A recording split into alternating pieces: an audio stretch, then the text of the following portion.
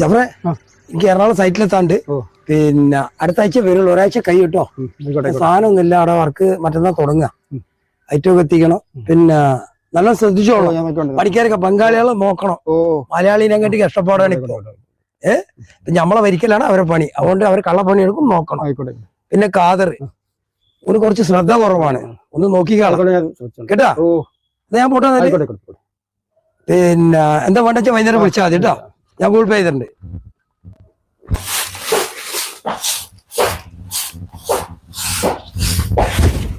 ആ റംല, നീ ചോദിച്ച പൈസ 1000 ചോദിച്ചേ.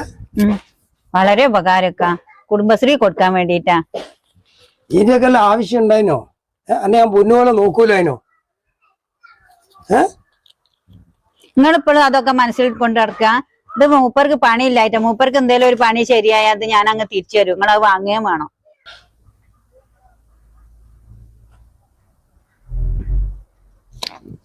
ഇങ്ങോട്ട് കൂട്ടതല്ലേ ആ പൈസയും കൊണ്ടാ, അത് ഞാൻ ഓക്ക് കൊടുത്ത പൈസയാണ്. എനിക്ക് പൈസ വേണം, എന്റെ ഈ പോയി നയിച്ചുണ്ടാക്കടി. എന്റെ വീടിന്റെ മുറ്റത്തൊന്ന് വെളിച്ചെടുക്കല്ലേ, എന്റെ സ്വഭാവം എനിക്ക് അറിയില്ല. എന്റെ ആ സ്വഭാവം വെക്കാൻ എന്റെ വാപ്പാനോടും ഉമ്മാനോടും വെച്ചാ എന്റെ അടുത്ത് എടുക്കെടുക്കണ്ട കേട്ടോ. തള്ളവിടെ എന്താ തിന്നാണ്ടോ? എനിക്ക് എപ്പോഴും തിന്നാനുള്ള മാത്രം ഉണ്ടോന്ന് നോക്കിയാൽ മതിയല്ലോ. ഇപ്പൊ അറിയണ്ട അത് എന്തേലും ഒരു സാധനം ഉണ്ടോന്ന് ഈ ചോദിക്കാറുണ്ട് എപ്പോഴേലും. അതെനിക്ക് അറിയണ്ട. അറിയാണ്ട് പിന്നെ ആ പാവം ഒപ്പ പോയി നയിച്ചു കൊണ്ടുവന്നിട്ടല്ല എനിക്ക് 4 നേരം ഇവിടെ തിന്നാൻ തരുന്നത്. അഞ്ഞ് ഓർക്കണ്ടേ? അതൊന്നും എനിക്ക് അറിയണ്ട.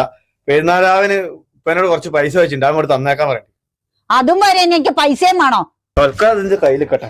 വീട്ടത് കുടുംബശ്രീ അടക്കാനുള്ള പൈസ ഇനി പോർന്ന് പൈസ കൊണ്ട് ഞാൻ ഇപ്പൊ വായ്പ വാങ്ങിയാണോ? കൊണ്ടാര കാലം മുടിഞ്ഞു പോവുകയുള്ളൂ.